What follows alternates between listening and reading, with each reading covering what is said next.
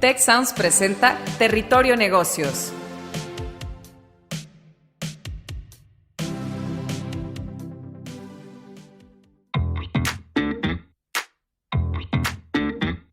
Bienvenidos a Territorio Negocios, de EGADE Business School y la Escuela de Negocios del Tecnológico de Monterrey.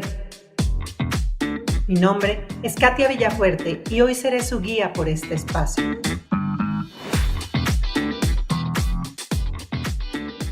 Hoy nos adentramos en el territorio de perspectivas hacia el 2021. El día de hoy nuestros invitados son Esteban Polidura, director de asesoría para las Américas en Julius Baer, y Jesús Garza García, profesor de GADE Business School del Tecnológico de Monterrey y director general de Soluciones Financieras Gama. En el episodio de hoy abordaremos las perspectivas económicas hacia el 2021. ¿Cómo cerramos el año y qué nos depara el siguiente? Buenos días, Esteban. Buenos días, Jesús. ¿Cómo están? Buenos días, Katia. Muy bien, muchas gracias. Buenos días, gracias por la invitación. Gracias a ambos. Oigan, pues el tema del día de hoy me parece interesantísimo, sobre todo porque además de interesante me da un poco de miedo tocarlo. Y es que ya veníamos con perspectivas económicas de 2020 que estaban acusando una ralentización en la economía mexicana y mundial, pero además a eso le tenemos que sumar lo que nadie nunca anticipó, que es la debacle económica causada por un coronavirus altamente contagioso. Y además no tiene visos de desaparecer en el corto plazo. ¿Cómo ven ustedes? ¿Creen que podemos anticipar hoy cómo seguirá afectando la contingencia sanitaria a la economía mundial en el 2021? ¿Tú qué opinas, Jesús? Sí, bueno, como bien dices, tuvimos un choque inesperado de la pandemia, pero aquí, si tú te fijas, hay dos tipos de recuperaciones que se están observando a nivel mundial. Hay países que probablemente se van a recuperar entre 2 y 4 años y hay países que van a tardar mucho más en el proceso de recuperación económica. Y mucho de esto tiene que ver con los apoyos o las estrategias que están tomando algunos países para proteger sus economías, a las familias, porque fue un choque inesperado, tanto de oferta como de demanda. Entonces, bueno, el proceso de recuperación, como te dije, es incierto también porque puede haber un segundo rebrote. De hecho, ya estamos viendo en Europa y en Estados Unidos casos de un segundo rebrote que puede ralentizar la recuperación económica. Pero hasta el momento te pongo dos casos contrastantes. Estados Unidos se ve que hasta ahora, ¿verdad?, se está recuperando de una manera más rápida de lo esperado. Los apoyos fiscales son muchísimos, las tasas de interés bajaron hasta 0%. En Europa es un caso similar y en países como México se ve que la recuperación será mucho más lenta de lo esperado y si quieres en un rato más abordamos de ese tema. Pero yo creo que es una dinámica de incertidumbre que pudiese ralentizar el proceso de recuperación en mediano plazo, ¿no? Sí, es que la verdad es que no suena necesariamente saludable este panorama, ¿no? Y mucho menos pues el que nos va a dejar. Tú, Esteban, ¿cómo ves? O sea, ¿qué retos a futuro cercano, particularmente en México y en términos macroeconómicos, tendremos que enfrentar? Claro, mira, pues son varios y me concentraría yo principalmente en dos. El primero es que México, como parte del mundo de los países emergentes, tiene que hacer algo para seguirle el paso a otros de estos países, sobre todo, por ejemplo, al caso de China. China es una historia muy particular. El mundo este año se debe de estar contrayendo cerca del 3,5%, pero China, a, para sorpresa de mucha gente, debe de estar creciendo este año casi el 2%. Y el próximo año, que todos los países en general deberían de ver un rebote, y un rebote en promedio para el mundo de más o menos 6%, China debería estar mostrando un crecimiento de casi el 9%. Entonces, cuando ve uno estos números y ve uno las proyecciones para México este año menos 10%, el próximo año más 2%, se queda uno pensando pues que bueno, algo tiene que pasar para que México no se separe tanto del universo de países emergentes al cual pertenece. Eso por un lado. Y el segundo y más grande reto, en mi opinión, es recobrar la confianza de los inversionistas los domésticos, pero también los internacionales, que han visto mermada las ganas de traer inversiones grandes de largo plazo, porque para muchos de ellos la visibilidad, sobre todo en temas de Estado de Derecho, es muy pobre. Así es que bueno, yo creo que esos son dos retos, Katia, muy importantes. Es que la verdad sí es muy preocupante porque al final del día, como ambos ya han tocado en sus respuestas, ya había muchas tendencias subyacentes. O sea, digamos que la pandemia vino como a empujar con mucho más fuerza todo esto, pero sí había ya factores que ya venían gestándose en la economía desde antes y pues en realidad que se impulsaron mucho más, ¿no?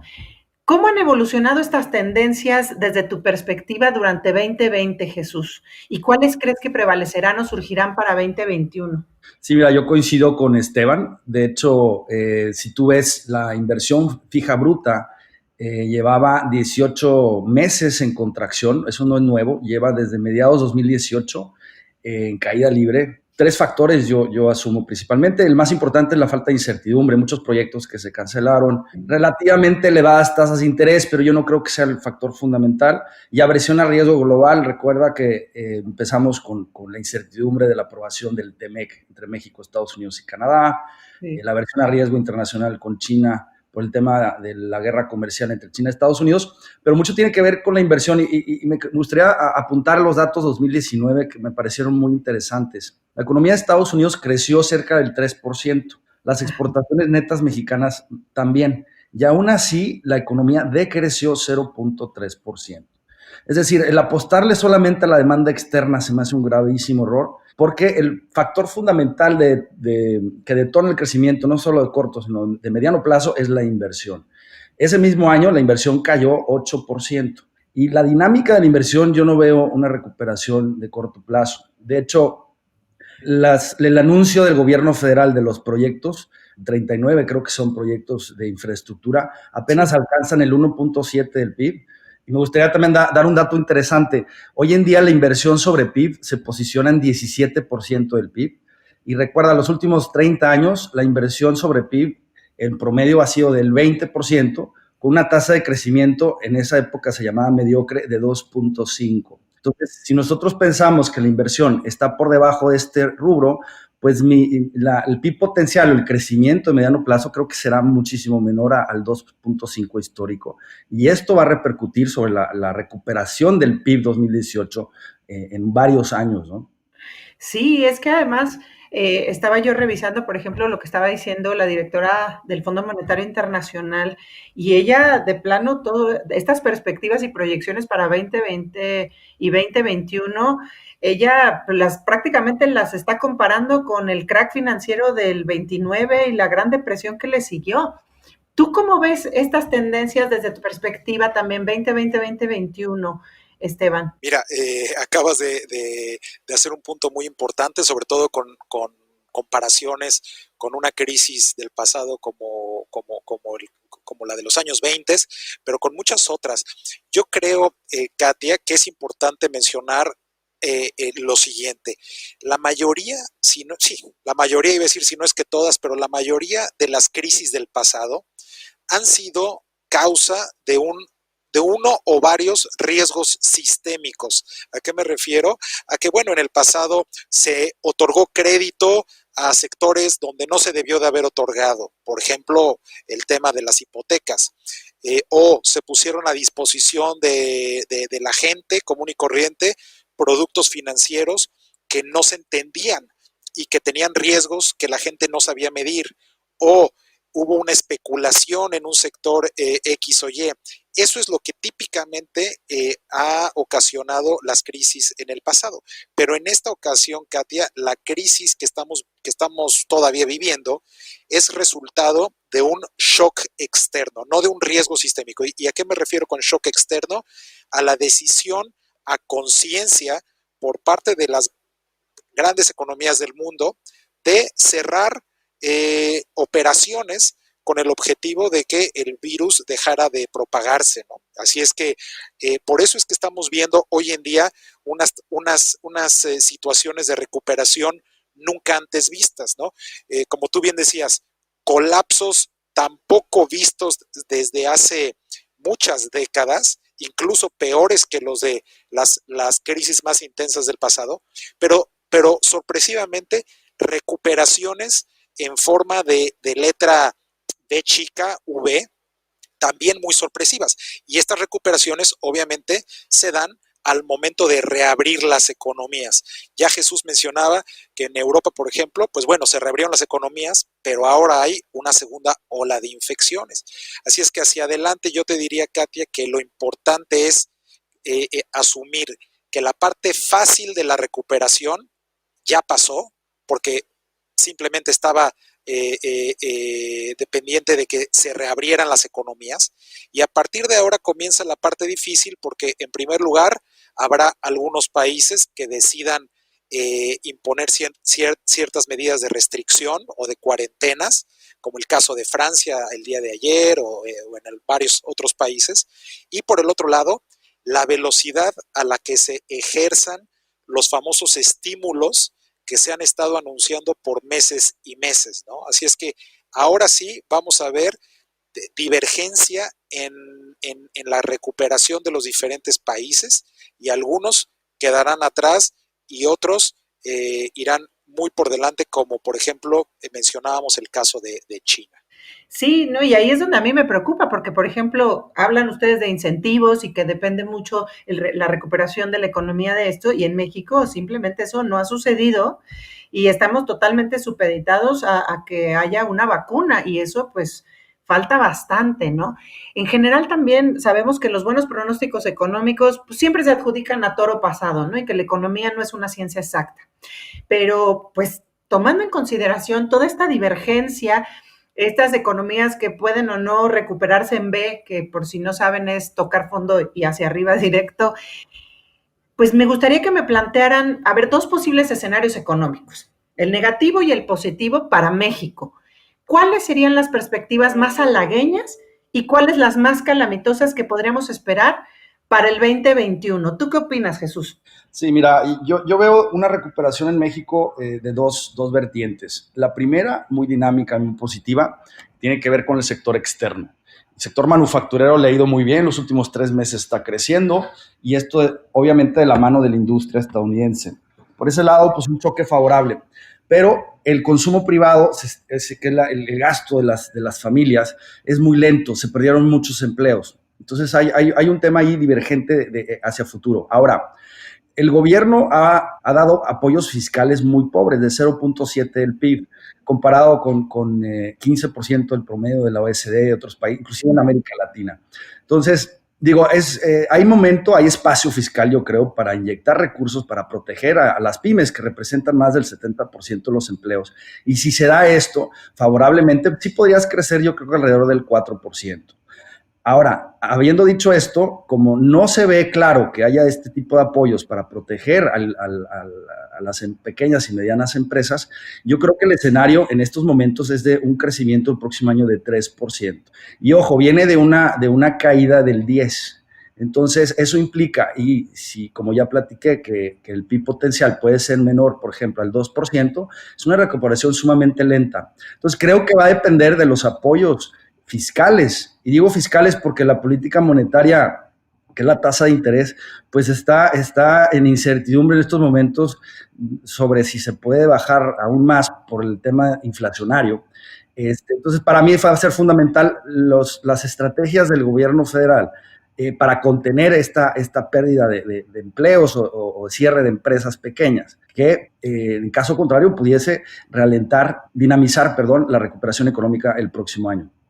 Pues sí, pero es que realmente, ay, ahí es donde a mí me preocupa, porque al final del día no se ve esa perspectiva en el gobierno mexicano de querer inyectar ese dinero. No sé, ¿tú cómo ves, Esteban? Realmente creo que, pues obviamente hay partes de la economía que sí se están viendo mucho más afectadas que otras, pero las decisiones del gobierno van a marcar esa tendencia de si nos recuperamos para finales del sexenio o se tarda mucho más. ¿Tú cómo ves? Sí, Sí, no, mira, yo creo que son otra vez dos temas. En primer lugar, tú lo mencionabas correctamente, no hay una disposición del gobierno por tener un gasto un poco mayor al normal, un poco mayor al deseado, teniendo en mente que estamos ante una situación de crisis, ¿no? Y precisamente no con la intención de mantener un gasto elevado por siempre, pero sí probablemente para dinamizar la economía en el corto plazo, pero no se ve esa disposición. Hemos visto varios datos del tema presupuestal para el 2021, incluso Jesús mencionaba el tema de los proyectos de infraestructura. Yo me acuerdo que unos días antes de ese anuncio, hace algunos días, pues se hablaba de que el gobierno podría anunciar un programa de infraestructura con 150 proyectos, 40,000 millones de dólares de valor, y finalmente terminamos viendo un programa de menos de 40 proyectos, de hecho varios de ellos ya encaminados, ya en operación, y una inversión muy pequeña a comparación de la que se esperaba. Entonces, no hay ese deseo, y México tiene capacidad para gastar más, y tiene capacidad para tener un endeudamiento ligeramente mayor al que típicamente mantiene, sobre todo en vista de esta situación. Eso por un lado.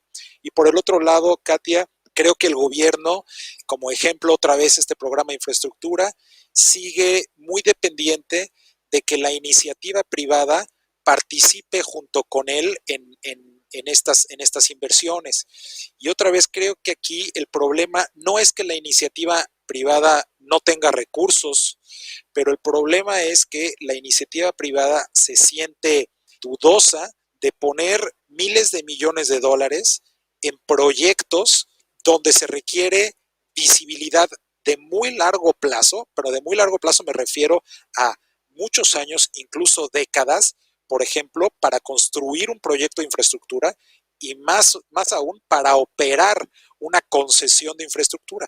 La iniciativa privada hoy en día se siente dudosa ante esto, porque en los últimos años hemos visto varios ejemplos donde contratos ya otorgados y en operación se cancelan, concesiones de largo plazo también otorgadas y en operación, se busca terminarlas de forma unilateral. Así es que, bueno, creo que son dos efectos aquí. No, es que eso es lo preocupante, como dices, ¿no? Ya lo hemos visto en el pasado, cómo unilateralmente se han tomado decisiones, se han tumbado proyectos pues de muchísimo dinero, que representaban proyecciones a largo plazo, ¿no? Que representaban todo esto, y pues ya se acabó con eso de alguna manera. ¿Cómo creen que esto, por ejemplo, impacte la parte del TEMEC? ¿Cuáles serían las perspectivas en cuanto al TEMEC, precisamente por toda esta parte de la industria privada que está muy temerosa de invertir? Y pues nosotros sabemos que gran parte de la inversión en México, de lo que nos hace fuerte, viene de afuera, y mucho se ha ido ese dinero, o se ha derrumbado por parte del gobierno. ¿Qué perspectivas creen que podemos tener en este aspecto? ¿Tú cómo ves, Jesús? Sí, mira, el TEMEC, y como mencionaba anteriormente, el sector externo ha sido muy dinámico, gracias también a la implementación del TEMEC. Pero bueno, el TEMEC siempre, lo comentaba antes Esteban, siempre hemos tenido un tratado de libre comercio, esto no es nuevo. Y en términos relativos, este TEMEC no es tan favorable para el sector laboral nacional. Te pongo un ejemplo. El sueldo promedio del sector automotriz es entre $2 y $4. Y hubo una cláusula en el nuevo TEMEC donde se eleva a $16 por hora, 40% de estos procesos. Ceteris paribus no es un choque muy fuerte, pero a lo que voy, qué bueno que haya TEMEC, va a traer inversión, sobre todo, y se está manejando inversión china por el tema de la guerra comercial entre Estados Unidos y China a México, pero sin la inversión, que es el detonante de crecimiento, creo que no será, el TEMEC o el Tratado de Libre Comercio es una medida necesaria, más no suficiente. Y también es importante mencionar las elecciones de Estados Unidos. ¿Por qué? Porque pues obviamente Trump manejó al TEMEC o el Partido Republicano en ese sentido a los beneficios de la estrategia electoral de Trump, por ejemplo, el tema laboral. hay que esperar a ver cuál es la postura de Biden. Y aquí les suelto un dato. Kamala Harris fue la única senadora del sur de Estados Unidos, un estado fronterizo con Estados Unidos, con México, que votó en contra del TEMEC. No por temas laborales, por temas ambientales. Pero hay que esperar a ver cuál será la postura que adopte el Partido Demócrata si es que gana. Y en base a eso también, pues ver el impacto que pueda tener para México. En términos generales es bueno, qué bueno que haya tratado, es mejor tener tratado que no tenerlo, pero no podemos basar toda la estrategia de crecimiento económico en un proceso de tratado de libre comercio. Yo creo que, como bien decía Esteban, es fundamental reactivar la certidumbre de la inversión, que ese realmente es el que nos puede proponer potenciar el crecimiento, ¿no? Ok, pero al final del día, sí, creo que coincido totalmente con ustedes, pero creo que sí habrá una diferencia, una afectación muy distinta si gana el Partido Demócrata a que si gana el Partido Republicano con respecto al TEMEC. Entonces, no es lo único, pero sí sería como la cereza del pastel. ¿Tú cómo lo ves, Esteban? ¿Cómo afectaría que ganara un partido o el otro a México en estas circunstancias ya de por sí súper complicadas? Sí, no, muy buena pregunta y comenzaría yo con Trump, porque del lado de Trump poco se ha escuchado acerca de su plataforma presidencial, básicamente insinuando que no hay grandes cambios en lo que él pretendería hacer en los próximos años si logra reelegirse. Pero la historia más interesante está del lado de Biden, ¿no? Porque mucha gente, y sobre todo nosotros mexicanos que nos tocó vivir esa época tan intensa con Trump hace algunos años, muchos mexicanos tienden a pensar que pues bajo Biden la historia para México podría mejorar materialmente. Y aquí lo único que diría yo relacionado a todo este tema del TEMEC y de la manufactura mexicana es que probablemente México con Biden se enfrente a dos retos importantes. El primero es Biden dentro de su campaña electoral tiene la iniciativa de duplicar, más que duplicar, el salario mínimo en Estados Unidos, de un poquito más de $7 por hora a $15 por hora. Así es que para un gran número de mexicanos, probablemente eso será un incentivo para seguir buscando trabajo allá y al final de cuentas, tanto la industria manufacturera como el sector de servicios en México, pues podría resentir un poquito esta competencia en términos de salarios. Y por el otro lado, Biden trae una campaña muy intensa en el lado de infraestructura, ¿sí? Con más de $1.5 trillones anticipados para gasto en infraestructura, pero sobre todo, Katia, infraestructura digital. ¿A qué me refiero? Temas, por ejemplo, como tecnología 5G para las telecomunicaciones y, en fin, tratar de permear tanto en el gobierno como en la iniciativa privada todo el tema de digitalización lo más posible. Así es que, por ejemplo, para el sector manufacturero mexicano, que bajo el NAFTA o TEMEC, pues ha podido, vamos a decir, seguir operando más o menos de una forma normal. Probablemente con Biden habrá presión importante para también digitalizar esta industria en México, digitalizar la manufactura en México, mover a la industria a trabajos de mayor valor agregado y por lo tanto todo esto se traduce en inversión, porque habrá que invertir en máquinas nuevas, habrá que invertir en capacitación para la gente, habrá que invertir en sueldos competitivos para la gente que se quede en México a fabricar los productos que requieren este valor agregado añadido.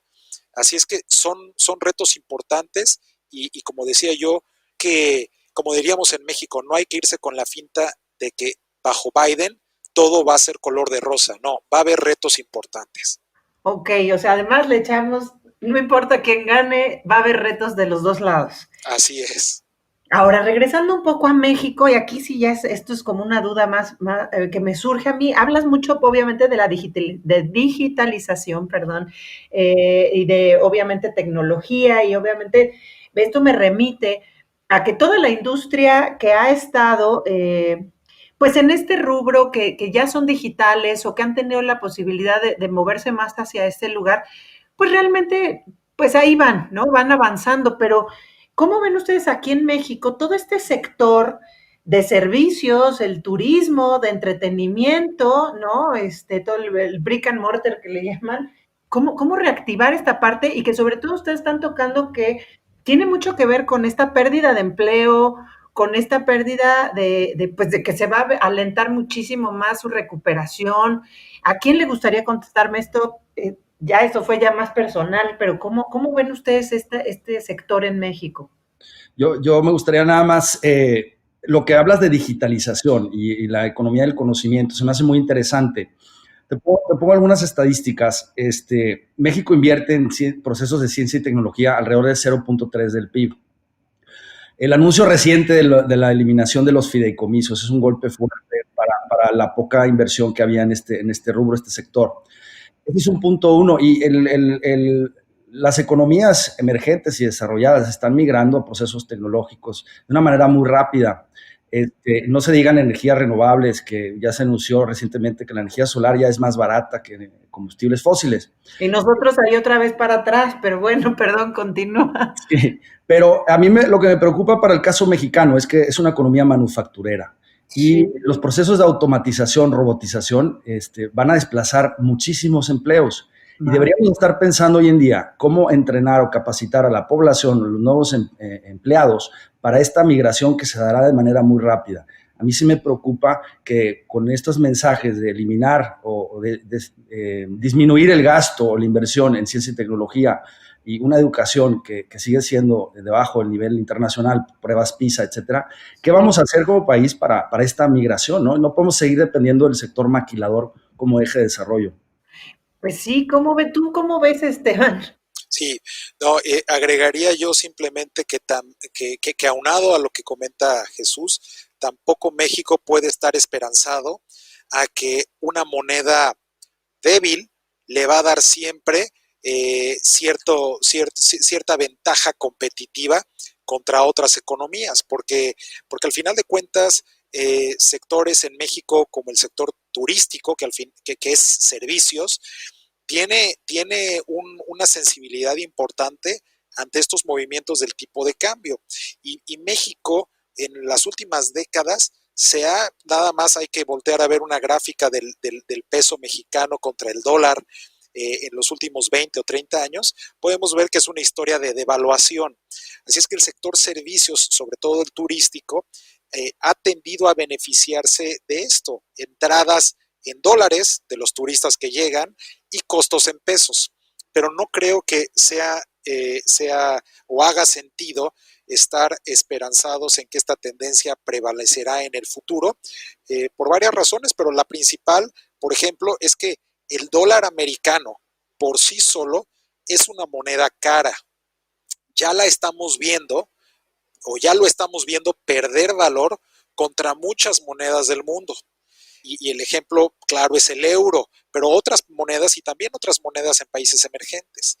Nosotros creemos que hacia adelante los incentivos están ahí para que el dólar siga perdiendo valor contra otras monedas o, decirlo de otra forma, que otras monedas ganen valor con respecto al dólar. ¿Por qué? Pues porque en Estados Unidos ya las tasas no pagan nada, porque en Estados Unidos el crecimiento económico ya no es tan grande comparado con otras regiones, en fin, por varias razones. Así es que el peso mexicano en algún momento debería tender a seguir estos patrones de monedas de otros países y fortalecerse contra el dólar.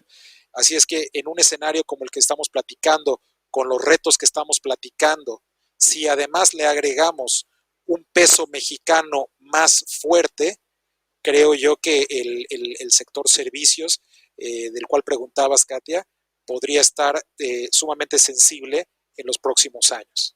Pues sí, porque ya como decían, los rebrotes en Europa ya están a todo, ya Francia cerrando ciudades, pues sí, ya todos en esa línea. Nosotros, pues yo no estoy segura que vayamos a anunciar un rebrote, porque pues finalmente también hay muchas cosas que no hemos aceptado con respecto al primero, Pero pues bueno, me gustaría irme un poco más ya como último punto a las finanzas.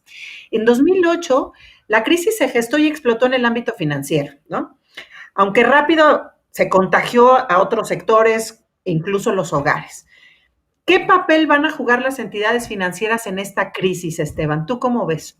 Mira, yo creo que va a ser muy, muy interesante porque en el 2008 y sobre todo en los siguientes meses, 2009, había un incentivo tremendo para que los gobiernos, y sobre todo los gobiernos de los países desarrollados, Estados Unidos y los gobiernos en la eurozona, no dejaran quebrar a muchos de estos bancos. No se lo podían permitir. Necesitaban que estos bancos siguieran vivos para, pues, número uno, ordenar todo esto que había sucedido en el sector hipotecario, número uno, y dos, tratar de traer a buen fin las carteras vencidas y todos los temas de créditos que se otorgaron a gente que en aquel entonces tenía problemas para pagar. No se podían permitir dejar a los bancos quebrar. Pero recordemos algo, en aquella época hablábamos de un escenario donde las tasas libres de riesgo, las tasas de referencia que ponen los bancos centrales, eran tasas mucho más altas a las actuales. Hoy en día, Katia, las tasas, otra vez de Estados Unidos y de Europa, están para fines prácticos en cero, en cero. No les cuesta financiarse e incluso para algunos países, como puede ser Alemania, tenemos la situación tan ilógica de que no nada más no les cuesta financiarse, sino que te pueden cobrar a ti porque les prestes, ¿no? ¿Cómo explicar una situación así? Pero ellos hoy en día, el ejemplo Alemania, pueden salir al mercado, pedir prestado y terminar regresándote menos de lo que tú les diste como inversión. Así es que hoy en día, con la situación de tasas como la tenemos y con una visión hacia adelante donde los bancos centrales mantendrán las tasas cerca de cero o en terreno negativo para los países europeos por varios años más, pues la situación es muy diferente. Hoy los bancos centrales y los gobiernos pueden financiarse de una forma muy barata y tener que, como lo hemos estado viendo, ejercer estímulos donde se necesite y cuando se necesite. Así es que la respuesta corta a tu pregunta es, creo que hoy en día sí se pueden dar el lujo de dejar que algunos bancos quiebren. Pues sí, entonces esto yo creo que sí va, bueno, ya está afectando gravemente a las entidades financieras. ¿Tú cómo lo ves a futuro, Jesús? En este momento está sucediendo así como dice Esteban, obviamente la proyección no es alentadora. Desde tu perspectiva, hacia adelante, ¿cómo sería? Mira, yo veo muy positivo que Estados Unidos, la Reserva Federal, haya anunciado que hay 3 años, o tentativamente 3 años, Evans lo acaba de mencionar, de tasas ceros. La inflación está relativamente bajo control y esto presenta grandes oportunidades para empresas. Por ejemplo, hay mucha liquidez en el mercado, yo lo vería por el lado positivo empresarial, de financiamiento muy barato, y esto puede reactivar a la economía de una manera más rápida. En Estados Unidos hay préstamos de entre 2 y 3% anual, créditos en Europa ni se diga. Creo como a nivel empresario te abre las puertas para un financiamiento muy barato que puedes aprovechar para expandir tu línea de negocios por el lado del sector industrial. El problema de México es que las tasas de interés estamos en un momento incierto en el cual hay debate sobre si debemos continuar reduciendo la tasa de interés por el tema inflacionario. Parece que el choque de oferta en México fue mayor que el choque de demanda y esto está generando que la inflación subyacente sea relativamente elevada. Pero bueno, las condiciones hoy, comparados con hace un año, son más favorables en términos de tasas de interés a nivel global. Entonces yo lo vería, sobre todo Estados Unidos y Europa, un área de oportunidad de financiamiento barato, mucha liquidez en el mediano plazo. Ok, pues ya para terminar me gustaría nada más pedirles pues algún consejo que le den a nuestras pymes ya después de haber analizado cuestiones macroeconómicas con el TEMEC, del gobierno de México, de que no hay incentivos o son muy bajos, de que no hay inversión en toda esta parte de ciencia y tecnología. ¿Qué le recomiendan a nuestras pymes? Pues yo creo que en primer lugar, y estos no son grandes pensamientos los que voy a dar, así es que espero que no se decepcionen. Regla número 1 de las inversiones, diversificar. La pyme, aunque sea pequeña, tiene posibilidad de diversificar, tiene posibilidad de diversificar los bancos con los que trabaja. Tal vez son 2, tal vez son 3, pero puede diversificarlos y esto le puede traer el beneficio, por ejemplo, de comparar créditos más baratos, condiciones de financiamiento más atractivas, plazos más largos, ¿no? Diversificar también en el sentido, por ejemplo, de proveedores. La situación actual con la pandemia ha hecho muy evidente que la cadena de suministro para muchas empresas, incluso pymes, es sensible y es sujeta a tener variaciones y volatilidad, sobre todo en tiempos de entrega importantes. Diversificar entonces proveedores. Así es que, bueno, regla número 1 yo diría buscar diversificar en la medida de lo posible, porque evidentemente no se puede predecir si va a haber una segunda ola de crisis como la que vimos entre marzo y abril, o si nada más estamos viendo hoy en día un tema de infecciones que no va a pasar más allá del dato y las economías ya no vuelven a cerrar como lo vimos hace algunos meses, no lo sabemos. Así es que vale la pena diversificar, número 1, y 2, vale la pena por el momento seguir siendo muy cautelosos en los riesgos que se toman.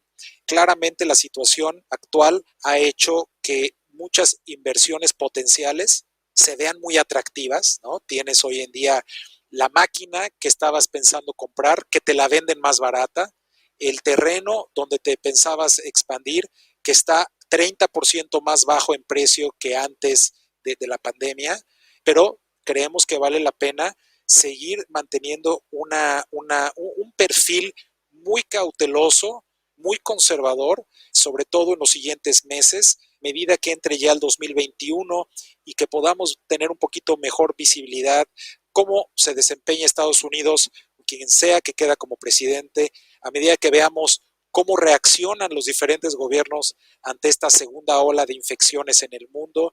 Yo creo que todo esto puede a la pequeña y mediana empresa hacerla sentir un poco más confiada en tomar unos riesgos adicionales, pero no por el momento. Muchísimas gracias. ¿Qué te gustaría agregar, Jesús? No, lo dijo muy bien Esteban. Diversificación es la regla número 1. El supply chain, de la proveeduría que dijo Esteban, es muy interesante porque de los componentes de bienes finales en México, el 78% de los insumos vienen de China. Okay. Y esta parálisis eventual en la economía asiática generó problemas de suministros en el país. Uh-huh. Yo lo único que añadiría es la nueva normalidad que le llaman. Okay. Me llama la atención que países europeos, más del 50% de los negocios estaban preparados para trabajar de casa, tenían los procesos tecnológicos para hacerlo, y en México era menos del 20%. Entonces, yo creo que las empresas deben de entender que de ahora en adelante es un proceso de adaptación tecnológico. Ya los procesos antiguos de ir a la oficina a lo mejor van a empezar a migrar a home office, y todo esto implica una inversión, pero yo creo que de largo plazo para el bien de las empresas. Hay que tomar los aprendizajes de esta pandemia y adaptarse para la nueva normalidad. Muchísimas gracias. Gracias, Esteban Polidura, Jesús Garza, y a todos ustedes por entrar al Territorio Negocios. Gracias por todo. Hasta la próxima. Si quieres conocer más sobre los sucesos de la actualidad política, te invitamos a escuchar Con su permiso, el podcast en el que nuestros expertos hablan sobre los temas más actuales de la agenda pública en México y en el mundo. Escúchalo en Spotify, Apple Podcast y Google Podcast. Gracias por escuchar un episodio de Territorio Negocios, el podcast de EGADE Business School, la Escuela de Negocios del Tecnológico de Monterrey y Tech Sounds. Productor ejecutivo de Tech Sounds, Miguel Mejía. Asistente de producción, Marcelo Segura. Productores de Territorio Negocios, Luis Vargués, Triana del Castillo, Francisco Coria, Carla Díaz, Desiree Ukovitz y Santiago Velázquez.